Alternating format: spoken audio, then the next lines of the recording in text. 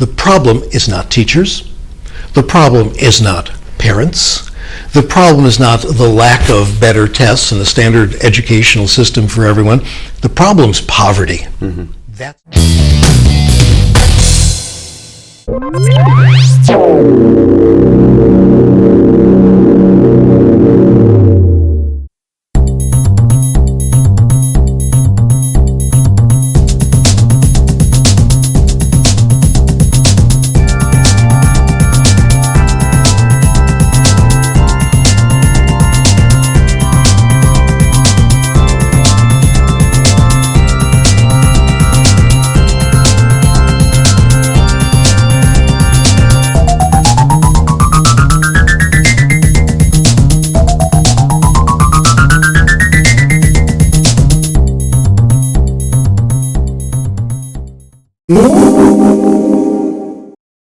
This is the show where we highlight the positive contributions of individuals throughout our community, and it is my joy and pleasure to have with me today a friend and mentor of mine, Professor Emeritus at the University of Southern California, and that is Dr. Stephen Krashen. Thank you so much for joining me today, Stephen. the name of the show? People Make a Difference? People Make a Difference. I might be in the wrong studio. I was prepared to do Getting Rich Through Real Estate. Oh, darn it. Oh, gosh. What's new in your world? Well, let me tell you how to get rich through real estate first, because I had that all prepared. The way to get rich through real estate is to give seminars on getting rich through real estate, obviously. What's new in my world? A couple of things. First of all, we've had some major breakthroughs. I've just published a paper on that, which is there on my website, free download. Operators are standing by, and it has to do with dementia. I'm worried about dementia because there's a little bit of it in my family, and it's I'm due for it in a few years if genetics means anything. So I've been thinking about this. I'll tell you where the breakthrough happened. It was in Philadelphia. I was in the airport shuttle, which takes you from the city into the bus station, and there's a sign that says $11. That's a lot. Mm-hmm. Senior citizens, $1.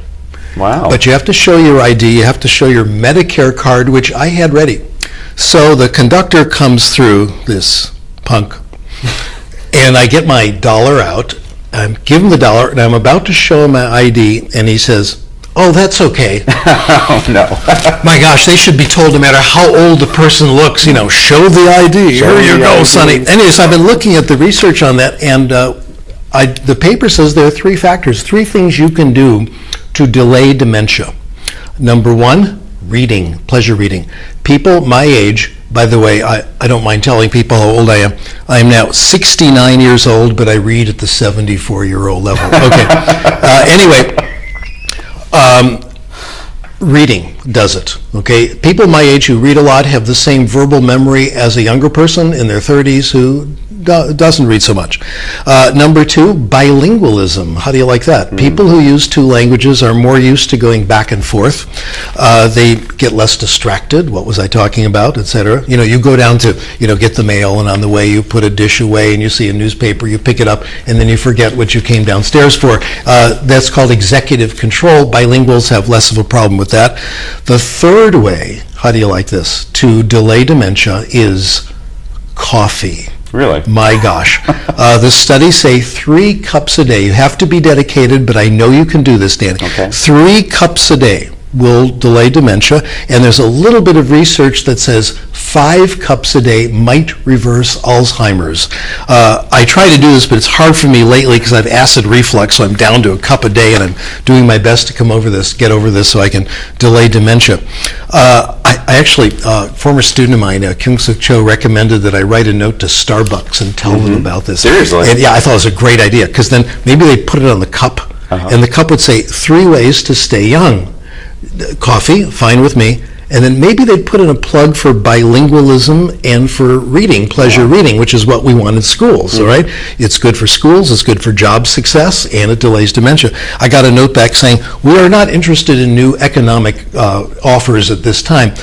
Corporate dementia, I wrote them against it. It's free. Anyway, so you can cash in where Starbucks blew it and check out the article. What is also... You should go to Coffee Bean then. Maybe Coffee Bean will take Coffee Bean, I should try Coffee Bean. There, Coffee Bean. Competition. Yes, exactly. As long as they put it on the cup and boost reading and bilingualism. Does it work with decaf? No. Oh, no. Who was it who said decaf is like kissing your sister? I get along very well with my sister, but it's not the same. What's really new is what's happening politically, and people like me and you and many of us have been dragged into politics against our will because of what's going on with education these days. There has been complete and total misinformation. It's hard for me to talk about it because I hear myself saying things that sound conspiratorial, paranoid, but I'm actually going to reveal or discuss only a small part of it because it's much worse than I'm going to say. What we hear, what we see all now in the newspapers, what we see in TV is the assumption that our educational system is broken. Yeah. Our schools are failing. This is not a hypothesis, it's an axiom. Everyone assumes it's true. I saw a lead to an article in Newsweek that said this. I also saw it in the USC Trojan Family magazine about online video games. Maybe this is the way to fix our failing schools.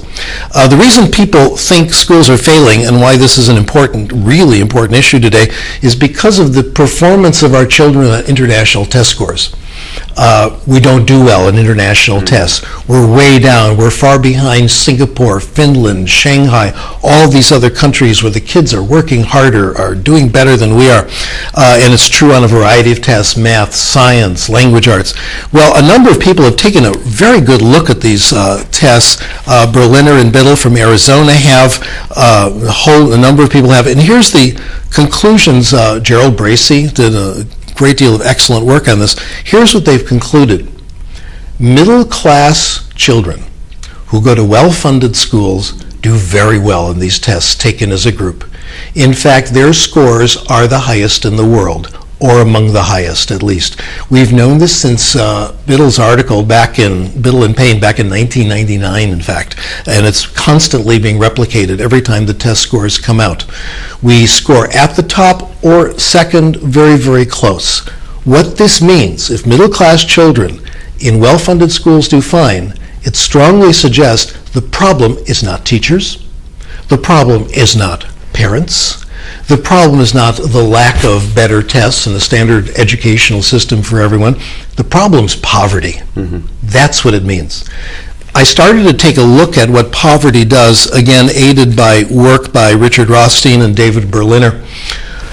Oh my, go down the list. Children in poverty have problems with hunger. They have problems with nutrition. And of course, this affects school performance directly. Children in poverty have inferior health coverage. Mm-hmm. They're either not insured or they have a high deductible. It's also been shown that the ratio of school nurses per child in high poverty schools is much higher than in low poverty schools. So they have fewer school nurses. They have environmental toxins. Michael Martin did a big paper on this about the effect of lead poisoning, which Berliner also discusses.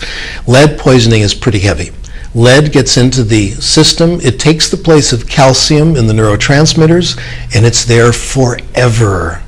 Gerald Coles has pointed out in a very good paper on hunger that, in a sense, hunger can be reversed. Once you start giving children food, their performance gets better. So you can recover from food deprivation.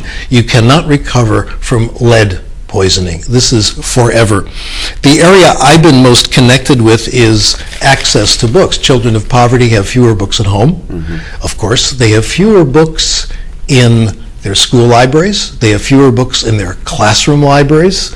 They live in neighborhoods with fewer public libraries, and they live in neighborhoods with less access to books in bookstores. Yeah. Susan Newman did a major paper on this years ago. For middle-class children, they're deluged with books. There's books everywhere. For children of poverty, big study in Philadelphia, it's hard to find any book at all. Their only access to books is usually through drugstores, and there's nothing for the child over 7. Now, all of these are directly connected to school success and failure. The research on each one of them is overwhelming. The prediction from the data is that if these problems are solved, our test scores are going to skyrocket. They'll be the best of any country in the world. The problem is poverty. Our scores are mediocre. They're not all that bad, actually. In reading, I estimated that we were like 10th in the world out of 60. So in reality, they're not that bad. Also, some of the countries that beat us in the last math competition were countries like Iceland, Luxembourg. I mean, I exaggerate, but how many kids are taking the exam in Luxembourg? You know, the 12th grade math exam. 12? I mean, probably a few. Compton, yeah. Yeah, exactly. Not very many. But in reality, we're not doing that bad. But once you control for poverty, wow, we do much better. Our scores are low because we have so many children who live in poverty. The estimates for the United States are at least 20% are in poverty, probably much higher than that. In the inner cities, it's 50%, 60%. It's way up there. Compare this to other countries. In Singapore, the ones who take the exam are not high poverty children. The working class in Singapore doesn't live in Singapore. They go home to Indonesia at night, okay? They go across the border. Finland, high-scoring Finland, always at the top of the world in reading. Poverty rate is well under 4%. The United States has the highest rate of child poverty of all industrialized countries. Once you take care of that, the test scores look great, and we know what poverty does. Now, what do we do about it? The first thing to do about it, of course, the long-term goal is to do what Martin Luther King recommended. He said, you don't improve the schools in order to take care of the economy. First, you take care of the economy. You put people to work, and then problems of education, problems of housing take care of itself, and the empirical data has supported what he said. Again, Berliner's work, David Berliner, just go to Google and you'll find all this stuff. So the answer, first of all, the answer is full employment, obviously. Now, I know that's not going to happen next week. I know that takes a while. The short-term solution, which is actually pretty easy to do, is to protect children against the effects of poverty. What this means, first of all, to quote Susan Ohanian, no child left unfed. There's the next bumper sticker we need to have. I know we have good school lunch programs. I know some districts are expanding this to breakfast. I think this is a tremendous idea. Our mutual hero, Jim Trelease, author of the Read Aloud Handbook, he and I did a paper. Actually, I was his scribe. I wrote down his ideas, and it was called Eating and Reading in the School Library. What you need to do is have oatmeal cookies, apple juice. Apple juice also protects against senility, by the way. And oatmeal cookies we know are good for a lot of things that people my age know about. All these things through the day, good nutrition for children, no hunger in school. Number two, more school nurses, of course, and reforming health insurance. I think we made big steps toward that in the last couple of years. Number three, access to books. If there's one thing to do, support school and public libraries. Here we have the research. It is overwhelming. The research is all over the place. It was done by former student, your former colleague at USC, Jeff McQuillan, and his published work. A guy from Colorado named Keith Curry Lance. He's great. He is amazing. Keith Curry Lance was asked, in the 1990s, working for the state of Colorado, is literacy a problem we should throw money at? And he did the research and found yes. Money put in a school library, controlling for anything else you like, the money put in the library results in higher reading scores. We have found the same thing with international studies. Warwick Ellie has found it. We have as well. And I'll come back to that point in a little while. Libraries, we have overwhelming evidence that libraries work. Here's how it works. Access to books means more reading. I know, not every child is going to read if we give them access to books, but we know that most of them will. People do like to read. It is very pleasant. And just because we have the suspicion some kids may not, doesn't mean we should deny them books, all right? So access to books generally means more reading. More reading means better writing, better spelling, better vocabulary knowledge, better grammar, better style in writing. Everything that we look on as academic or the literacy of an educated person comes from pleasure reading. It lays the foundation to make academic writing and reading much easier to do. Well, and you said it there with access to pleasure reading, because Yes. I think that's a misconception too. Is what I see in schools isn't pleasure reading. It's one of the questions I always ask people is, "What was your favorite textbook as a child?" It's ridiculous that for the price of a brand new textbook, I could buy 15 Scholastic books that would actually get a kid interested in reading. And I know plenty of 7th grade boys, they will not read this textbook, but if I give them a manual on how to fix a Chevy, they'll memorize it from cover to cover because they're excited about that. Pleasure reading is the key. Pleasure reading is the key. We have evidence that it's true. We have experimental evidence. Children who are in sustained silent reading programs do better than kids who are in regular programs. Case histories are very exciting here. Case histories are very good science, even though they're not experiments, because all the variables are controlled. In the case histories we've looked at, we see children who are in high poverty areas who get involved in pleasure reading, and they do well in school. My favorite case history now is Geoffrey Canada. Geoffrey Canada is the guy who's the hero of Waiting for Superman, the founder of the Harlem Children's Zone, where it is a get tough environment where it's data driven and you work them hard. Well, I read his autobiography. There are two versions of it. One is the prose version, the other is the comic book version. I read the comic book version. Yeah. It was great. It was a beautifully written book about growing up in an atmosphere of heavy violence and how he managed to get through it. About 2/3 through the book, he said, "By the way, I was a reader. My mother had books. My mother had books in the home. I was a voracious reader. My best friend was a voracious reader. We traded books all the time." He said it was the reading that helped me get through school. Now, I've tried to contact the Harlem Children's Zone to see how their school libraries are, and I haven't gotten any answer. And I've noticed that the kids do okay in math, and they're having some trouble in language arts.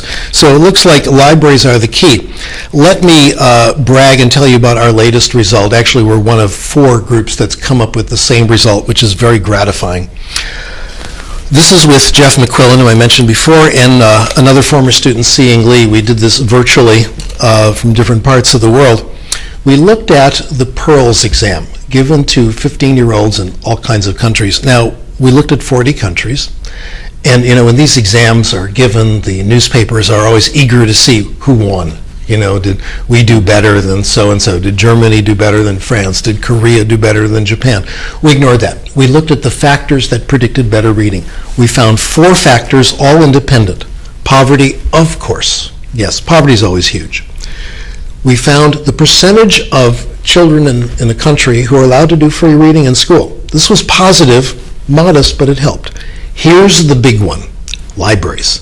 The presence of a school library of more than 500 books, huge positive effect, nearly as large as poverty. Wow. What this suggests is that the presence of a good school library can make up for, cancel the effects of poverty. Now, we didn't know it, but a few years before our study, Doug Achterman, a school librarian in California, did a dissertation and found the same thing for high school students in California, that the effect of library resources, far more powerful than anything going on in school, and about as strong as the effect of poverty. 2 other studies coming from Europe, again looking at these big test score results, access to books in the home is independent of other factors, is as strong as the effect of poverty on reading scores. One I just found, if you remember the book Freakonomics, came out a few years ago. It's a very last year. Yeah, exactly. It's a very entertaining book. They made a few mistakes. They blew it on read-alouds, which broke my heart. Oh boy, misinterpreted the data. But here's something else they did right that they didn't promote enough. This was the same authors, or one of the same authors in another study. They looked at the black-white difference between African-American children, Caucasian children entering kindergarten. And this is like so buried in the article, you'd never know it. They found that the white children did better. When you controlled for poverty, the gap decreased enormously. When you added books in the home, there was no difference, no statistical difference. In fact, the African-American children did a little better. Poverty plus books in the home, and eliminating the causes of poverty, controlling for this, does the job. So our program, if nominated, I will not run. If elected, I will not serve. Our program is very simple: food, health care, and books. Now, the next question I'd like you to ask me is... I will ask you, how do we pay for this? How do we pay? Good work. You were always such a good student. How do we pay for this? I do have a plan for this. Okay. Cut back on testing. Oh my. Amen. Unknown to nearly everyone, except those of us who spend our days reading things, is that the federal government is now unleashing the most brutal testing program ever seen on the planet. Mm-hmm. We all know that No Child Left Behind had too much testing in it. It's going to be more. Under No Child Left Behind, we tested reading, we tested math. In the blueprint, Arnie Duncan and his gang are calling for expanding the tests to other subjects. Diane Ravitch, who's done a lot of interesting work and has spoken to a lot of people and done very well, interviewed people in the U.S. Department of Education. Her conclusion, they want to test everything. Absolutely. They want to test science. They want to have social studies. They want to have standards and tests for every single subject that they can. So that's going to raise it. Number two, we test people in No Child Left Behind, grades 3 through 8 and grade 11 at the end of the year. Well, this group wants value-added testing. Value-added testing means you're going to look at the gains from pre to post test. If you want to control for the effect of summer, you've got to test them in the fall. Mm-hmm. You know, summer, the wealthy kids go to the library, read more, and they get better. This is well established. The kids who are less advantaged don't have reading in the summer, don't go to museums, and they stay the same or get worse. So you got to control for that, so you got to have tests in the fall. That doubles the testing. They have also taken a term, they've hijacked a term, called formative testing, and used it to mean something else. Formative testing is actually what good teachers do all the time. Formative testing means seeing how your students are doing. It's interacting with them, reading their work, talking to them, listening to them. And teachers have a pretty good idea where the students are. The feds have taken this over and are using it to mean interim testing, and they now want interim tests to be given through the year. Various committees are working on this, set up by the states. One group wants twice a year, one group wants 3 times a year, one group wants every day, and they're calling this formative tests. All of this will be linked to the standards. Duncan has said and has been quoted in the newspapers, I want to be able to go up to a child and tell him exactly where he is on his trajectory at any given moment. That means we test everything all the time. Now, the amount of money being spent for this is in the billions. A small percentage of this can protect children against poverty. The expenditures are going to be enormous at a time when schools need the money so badly for other things. Protect kids against poverty, infrastructure, etc. My niece teaches in a high poverty school. Oh my, they've got to listen to her. They've got to listen to kids who come to school without breakfast. They've got to listen to schools where the science labs don't have any equipment, where the school library has no books. So we hear reports of no toilet paper in the bathroom, and these people want to bring in more tests. Number one, there is no evidence these things are necessary. Mm-hmm. I wrote a paper which is on the website called NUT, No Unnecessary Testing. It is our obligation to test only as much as we need to. Here's the research. Again, David Berliner. States that put in lots more standardized tests do not have higher achievement. There is no relationship. 2 papers, a book and a paper came out last year which said the same thing. They looked at predictors of college completion and achievement. One of the predictors was high school grades, and that turned out to be fantastic. High school grades just about does it all. Doesn't matter where you went to high school. If you add the SAT, you add nothing to the predictive power. In other words, teacher evaluation is the best thing we've got going. It does everything we want tests to do. It's multiple measures because it's different people all the time using different methods. It's not one person, one teacher once. It's testing everything because teachers take everything into consideration. It does improvement, and it's done by a professional.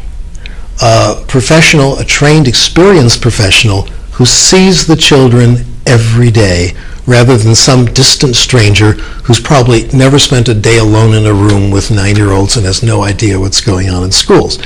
What this means is teacher evaluation is the core. It's the best thing we've got. It's the most reliable, the most accurate. My proposal is, and I'm going to back off this in a moment, we dump them all. Yeah. All of them. all of NCLB testing, No Child Left Behind. We don't bring in new tests. We keep one standardized tests, just one. It's called the NAEP, and I think the NAEP is a good idea. People say, well, you need standardized tests so you know how the system's doing. Fair enough. Let's do the NAEP. The NAEP is not given to every child. It's given to samples. A state like California, maybe 2,000 children will take the NAEP. Not every year. It's given in twice in elementary school, once in 4th grade, 8th grade, once in high school. That's all. The children take a small part of it. The odds of any child taking any of it is remote. It's kind of like jury duty. That's what I was just going to say. I'm like, if jury duty works, that sounds... Exactly. It's the same thing. You can extrapolate from the scores you get of this group of children and get a sense of the whole very accurately. When you go to the doctor, they don't take all your blood. They take a sample. From the sample, you can extrapolate to see how the entire system is doing. The feds also say we need these tests so teachers will get feedback. Hey, if you need a standardized test from the government to see how your kids are doing, something is really, really wrong with your teaching. So we pull it way back. If we took that money, saving from tests, and we put it in libraries in high poverty areas. I've been doing this calculation. No Child Left Behind, the feds put in $26 billion a year.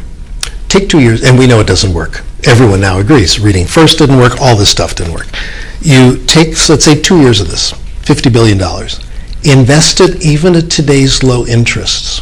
The interest will pay for books in high poverty areas for children forever, constantly increasing. Right now, the feds, the Bush administration, under the influence of Laura Bush, had a program for $18 million a year, which is like $5.10 total. I mean, for books for children in high poverty areas. It was renewed by the Obama administration. It comes out to about $1.50 for a child per child for children in poverty, and they're canceling it. The House wants to cancel it. In the meantime... So they can no longer read just the first chapter of Treasure Island? Exactly. It's on the reading list. Exactly. At the same time, another program is being canceled, which I think should be, called Striving Readers, which has had a dismal track record. I've looked at all the research. It's done practically nothing. And they want to renew this for $200 million a year. The organizations are behind it. The feds want to get rid of it. This time I'm in favor. Groups like the National Council of Teacher of English are supporting this. Let's get, well, $250 million put in for libraries. Oh boy, that would be one new book every year for each child in poverty. In a couple of years, we'd close the gap. So we can take care of all this very simply financially, protect children against poverty, reduce testing, life will be better. That's my answer to your question. What's new? I think it's great. I knew this was going to be fun. It's been my pleasure to have, again, my friend and mentor, former professor at USC, Dr. Stephen Krashen. You can find out more about his wonderful work at sdkrashen.com. There are people like him in the trenches every day making a difference, and you can make a difference also, folks. Remember, people make a difference every day. Thank you for joining us, and God bless.